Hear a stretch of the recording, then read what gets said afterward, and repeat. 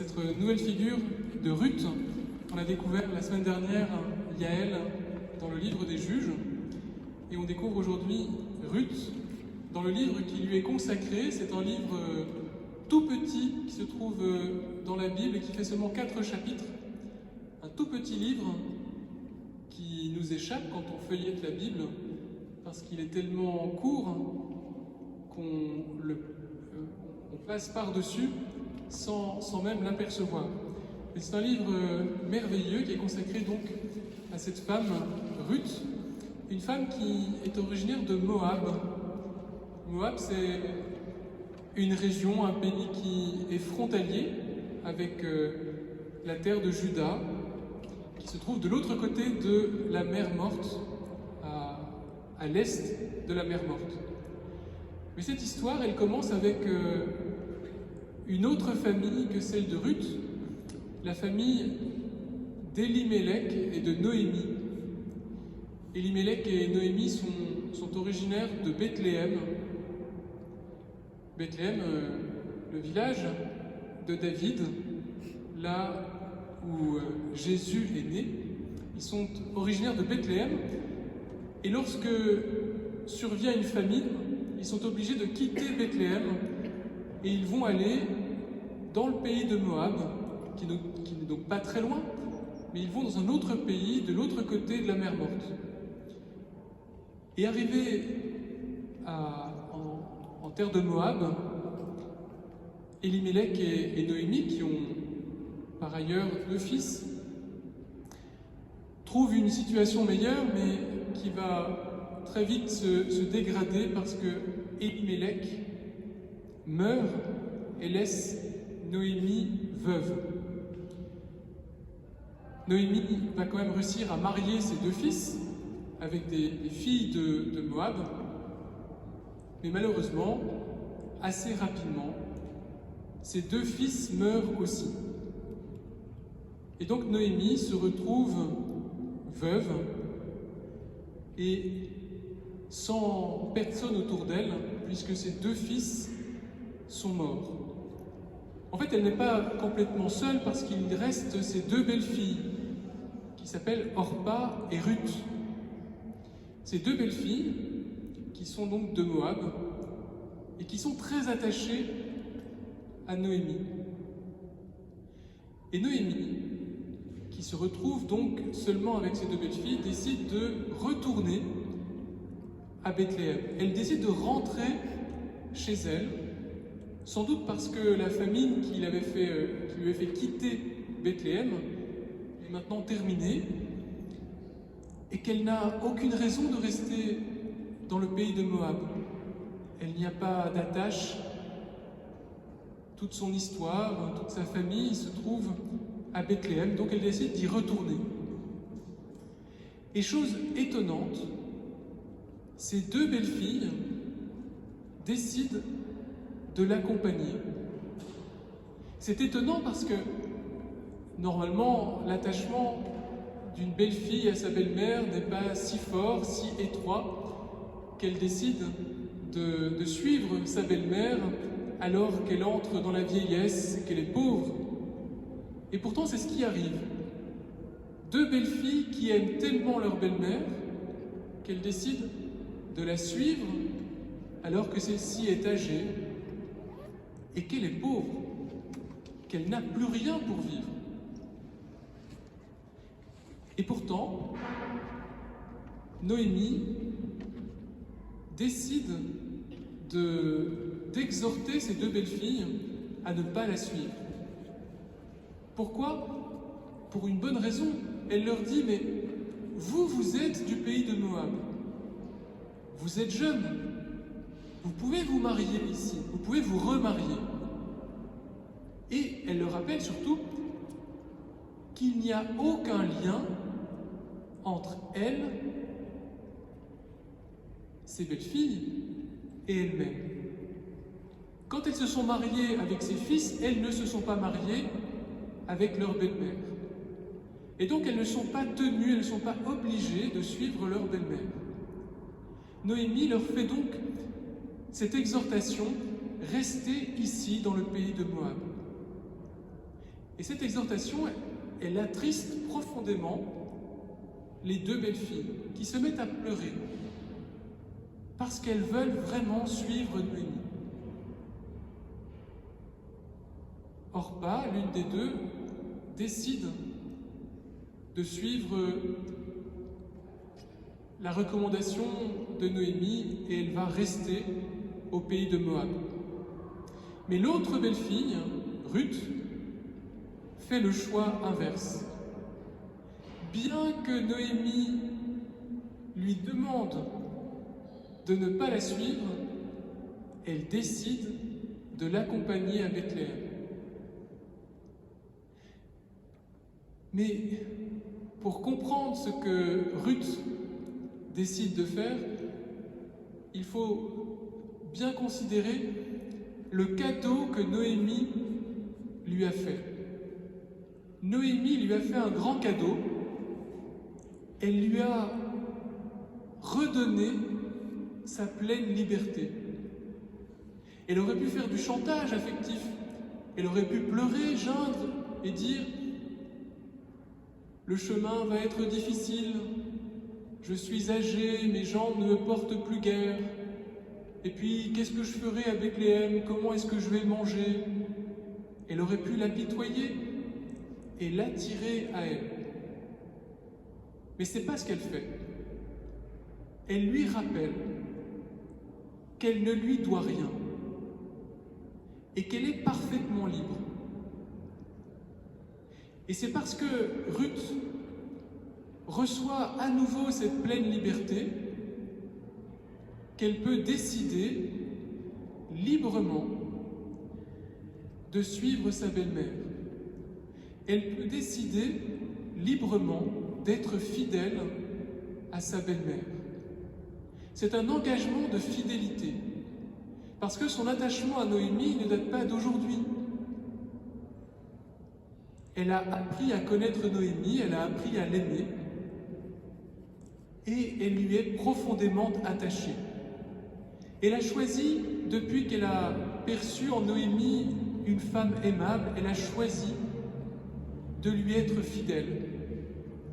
Et aujourd'hui, où Noémie rencontre de vraies difficultés, où elle entre dans la vieillesse et où elle se retrouve pauvre, sans ressources, Ruth choisit fidèlement de se tenir aux côtés de Noémie. C'est ce cadeau de la liberté que le premier chapitre du livre de Ruth nous donne de contempler. Et ça fait du bien de contempler cette liberté qui est redonnée à Ruth et de voir comment elle l'emploie. Parce que ça nous aide à comprendre que chacun de nos actes peut être accompli dans cette même liberté. Car la liberté que Noémie redonne à Ruth, ce n'est pas la liberté qui vient de Noémie. Cette liberté, c'est la liberté que Dieu donne à chacun de ses enfants. Et Noémie ne fait que rappeler à Ruth qu'elle est libre de ses actes. Et cette liberté qui vient de Dieu et qui est pour chacun d'entre nous, elle nous permet de ne jamais être sujet à la fatalité. On n'est jamais sujet de la fatalité. Il n'y a pas de destin inexorable. Parce que Dieu nous a créés libres et que cette liberté, nous pouvons la recevoir même quand elle semble nous avoir échappé. C'est donc librement que Ruth choisit d'accompagner Noémie à Bethléem. Et vous voyez comment cette liberté, elle fait voler en éclats les lieux communs. Le premier lieu commun, c'est qu'une belle-fille, normalement, ne doit pas bien s'entendre avec sa belle-mère, ou bien qu'une belle-mère ne doit pas bien accueillir sa belle-fille. c'est un lieu commun. Ça veut dire que c'est quelque chose qui se voit dans beaucoup de familles. C'est quelque chose qui est assez commun. Mais ce n'est pas une fatalité. Il n'y a rien d'inexorable. Et Ruth fait un choix qui n'est pas un choix de folie, c'est un choix raisonné. Elle aime Noémie. Noémie est en difficulté, elle choisit de lui rester fidèle. Alors elle se rend à Bethléem, elle traverse la mer Morte, ou la contourne, elle monte les montagnes de Judée, et puis elles arrivent à Bethléem, et j'imagine, parce que le livre ne le raconte pas en détail, mais j'imagine qu'on les a accueillis avec une très très grande joie. Noémie était partie avec Élimélec au moment d'une épreuve, celle de la famine, et on sait que Élimélec est mort, et on sait que Noémie a eu la douleur de perdre aussi ses 2 fils. Et donc on doit accueillir avec une grande joie celle qui revient.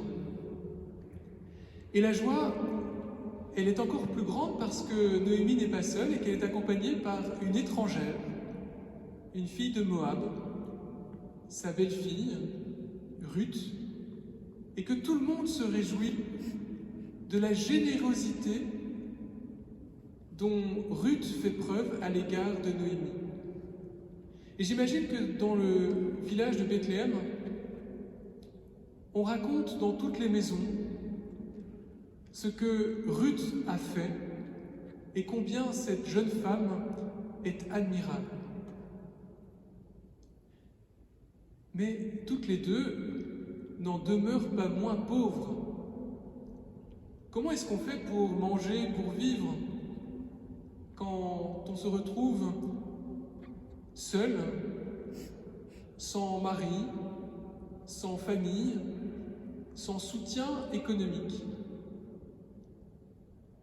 Pour que l'une et l'autre ne meurent pas de faim, Ruth va aller glaner, c'est-à-dire qu'elle va au temps de la moisson, dans le champ où se trouvent les moissonneurs, et qu'une fois qu'ils sont passés dans le champ pour moissonner, elle ramasse ce que les moissonneurs ont laissé. Elle se rend dans un champ, elle se tient là, et arrive le propriétaire du champ qui s'appelle Boaz. C'est un homme riche qui fait travailler des ouvriers pour moissonner son champ. Et quand il arrive, il voit bien qu'une femme se tient là, qu'il ne la connaît pas. Alors, il se tourne vers le contremaître qui est là, et il lui demande qui est cette jeune femme. Et le contremaître lui dit « Mais c'est Ruth, tu sais bien, celle dont tout le monde parle, celle qui est revenue de Moab avec Noémie, cette jeune femme admirable qui est fidèle à sa belle-mère. » Bien sûr que Boaz a entendu l'histoire. Bien sûr que lui aussi a été bouleversé par l'acte de générosité et de fidélité de Ruth. Et donc quand il entend que la jeune femme qui est là-bas, c'est elle, il ne l'a pas encore vue de près, mais il a déjà pour elle une grande admiration.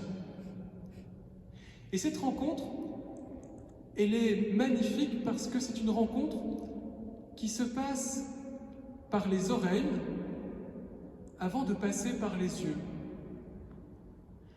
Quand on fait la connaissance de quelqu'un, souvent c'est la vision qui est le premier contact avec cette personne. Ici, c'est l'inverse. La vision vient après. Ce qui vient en premier, c'est l'ouïe. Ce sont les paroles qui sont échangées c'est ce que l'on raconte de ce que Ruth a accompli. Et vous voyez comment cette femme est présentée pour ce qu'elle est, à partir de ce qu'elle a fait. Qu'est-ce qui rend Ruth admirable aux yeux de tout Bethléem? Ce n'est pas la beauté physique de cette jeune femme, c'est ce qu'elle a accompli, ce qu'elle a fait librement, en fidélité à sa belle-mère. Alors Boaz s'approche de Ruth et il lui dit ce que tout le monde dit. Il lui dit qu'elle est admirable et qu'il est très impressionné par ce qu'elle a accompli. Et il lui fait cette faveur de l'accueillir paisiblement, sereinement, dans le champ qui est moissonné.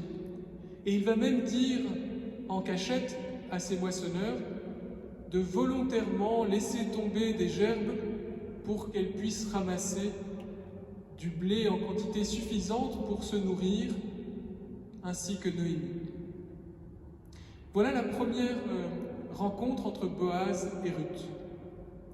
Et cette rencontre qui passe par l'ouïe plutôt que par la vision, c'est une rencontre qui préfigure, qui annonce ce qui se passera quelques années plus tard au même endroit, dans ce village de Bethléem, quand David, le dernier des fils de Jessé, sera choisi par le prophète Samuel comme roi d'Israël. Qu'est-ce qui se passe quand le prophète Samuel vient à Bethléem pour choisir celui que Dieu lui a désigné? Les fils de Jessé défilent les uns après les autres. C'est d'abord l'aîné, le plus grand, le plus fort, le plus beau, et puis tous les autres à sa suite. Mais aucun n'est reconnu par Samuel comme l'homme choisi par Dieu pour être le nouveau roi.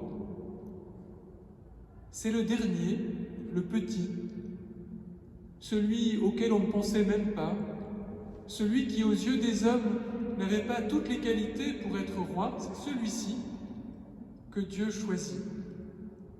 Et Samuel livre le secret de Dieu, la manière propre de Dieu de regarder les hommes, en disant que les hommes regardent avec les yeux, mais que Dieu, lui, regarde avec le cœur, que les hommes regardent avec leurs yeux les apparences, mais que Dieu, lui, scrute ce qui est invisible, il scrute les cœurs.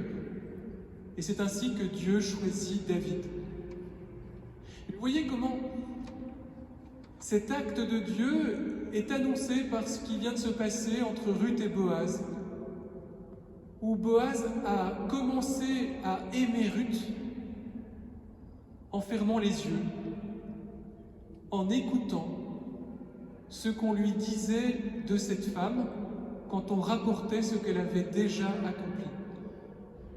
Et on peut même dire que ce qui se passe là entre Boaz et Ruth, et qui préfigure ce qui se passera entre Samuel et David, annonce même la naissance de Jésus à Bethléem.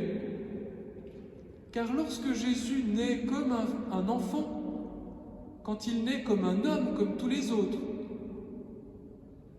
qui peut reconnaître dans ce tout petit bébé le Très-Haut? Qui peut reconnaître avec les yeux que ce tout petit est le Tout-Puissant? Qui peut reconnaître que celui qui est fragile comme un nouveau-né est en réalité le sauveur de tous les hommes? Les yeux ne suffisent pas. Et le regard de la foi, si on peut parler ainsi, passe d'abord par les oreilles. Et c'est ce que Ruth témoigne à travers cette rencontre avec Boaz.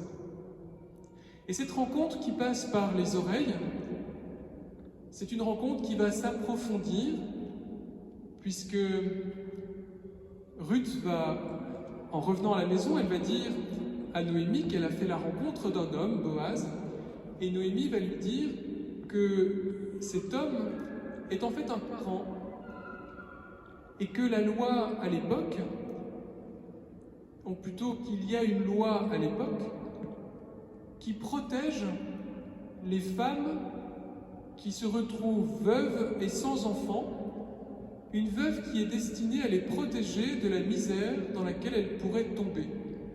Et cette loi, elle impose aux plus proches parents d'épouser celle qui est veuve et sans enfant. Et Noémie dit à Ruth, Boaz est ton plus proche parent. Et donc elle va l'inviter à retourner vers lui pour qu'un mariage soit conclu entre Boaz et Ruth. Donc Ruth va auprès de Boaz dans le champ qui est moissonné, et sur les conseils de Noémie, elle se couche aux pieds de Boaz après que celui-ci s'est endormi. Et c'est encore une fois l'éclatement des lieux communs. Ce que l'on pourrait imaginer, c'est que cette jeune femme belle profite de sa beauté pour séduire celui qui est riche et plus âgé qu'elle. Ce qui serait un lieu commun, c'est que cet homme qui a le pouvoir de l'argent et qui a le droit de la loi pour lui, profite de la situation et saute sur cette jeune femme. Mais ce n'est pas du tout ce qui va se passer. Car Ruth s'est couchée aux pieds de Boaz après qu'il s'est endormi. Et celui-ci ne va s'apercevoir de sa présence qu'en se réveillant au milieu de la nuit parce qu'il a froid, et qu'en bougeant, il se rend compte qu'il y a quelqu'un qui est auprès de lui. Et dans cette nuit noire, il pose la question, qui est là ? Ruth lui dit que c'est elle, Ruth qui vient de Moab, et toujours dans le noir, sans se voir, Boaz et Ruth vont parler. Ils vont se parler dans l'intimité de la nuit, avec une grande délicatesse, avec un grand respect l'un pour l'autre. Ce qu'ils ont commencé de faire la veille dans le champ, ils vont maintenant le prolonger tout au long de la nuit, seuls, pour se connaître, pour que Boaz puisse découvrir un peu mieux qui est celle qu'il admire, pour que Ruth apprenne à découvrir le cœur de celui qui lui a montré tant de générosité en l'accueillant dans son champ et en demandant à ses serviteurs de lui donner volontairement des gerbes de blé. Au cours de cette nuit, qui ressemble, comme vous l'avez sans doute à l'esprit, au dialogue que Cyrano de Bergerac entretient avec Roxane quand cet homme et cette femme, sans se voir, se parlent à cœur ouvert.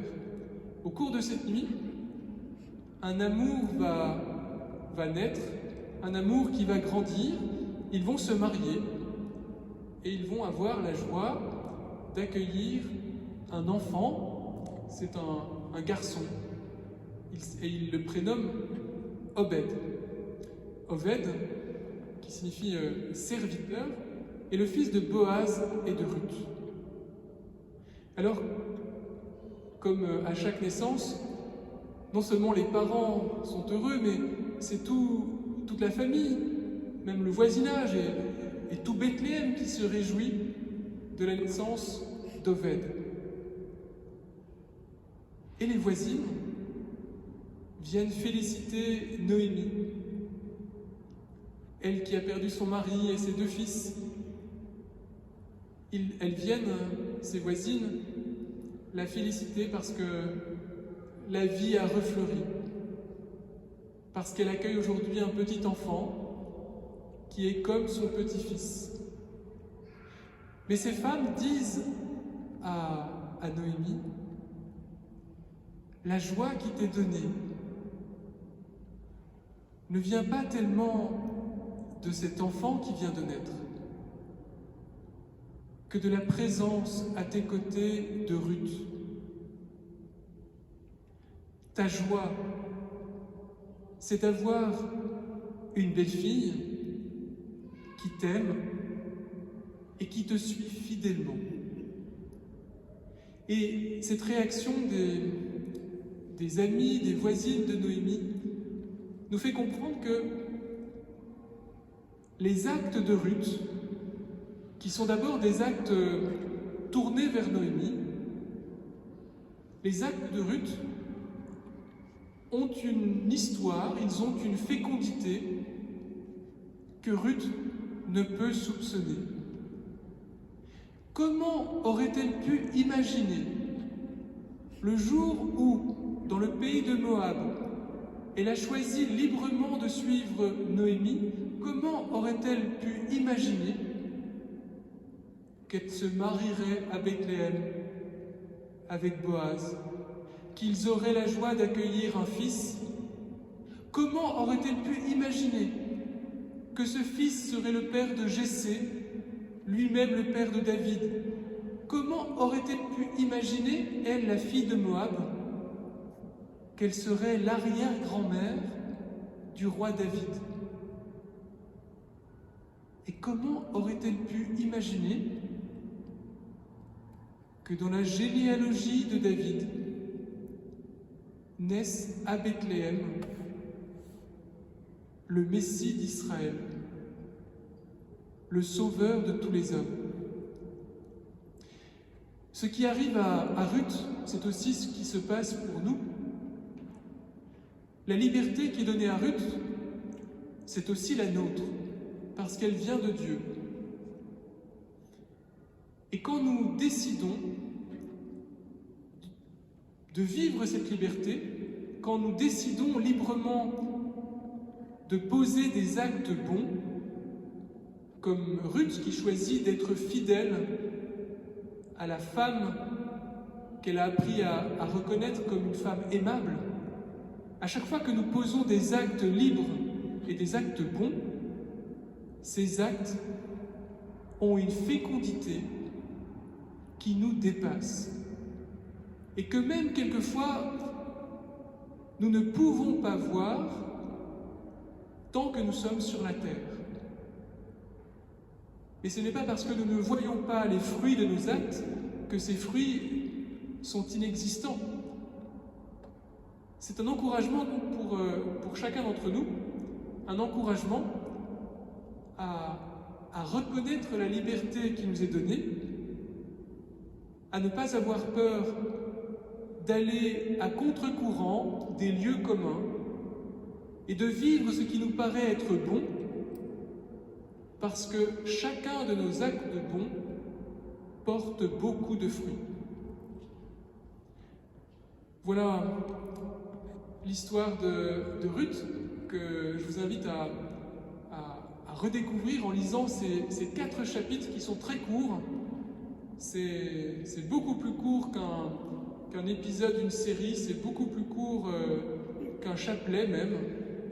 Et c'est une histoire qui, au cœur de la Bible, annonce de façon simple la vérité de l'histoire sainte, la vérité aussi de notre vie. Alors je vous invite à à vous tourner vers la Vierge Marie, elle qui a connu à Bethléem la joie de l'enfantement, et de lui demander de prier pour nous.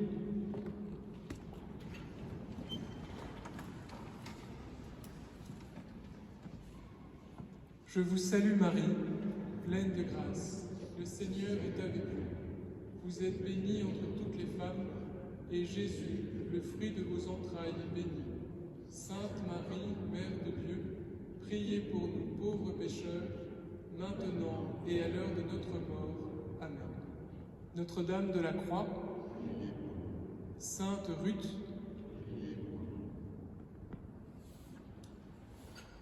voilà, samedi prochain, nous nous retrouverons pour découvrir un autre personnage féminin de la Bible. Nous découvrirons Judith.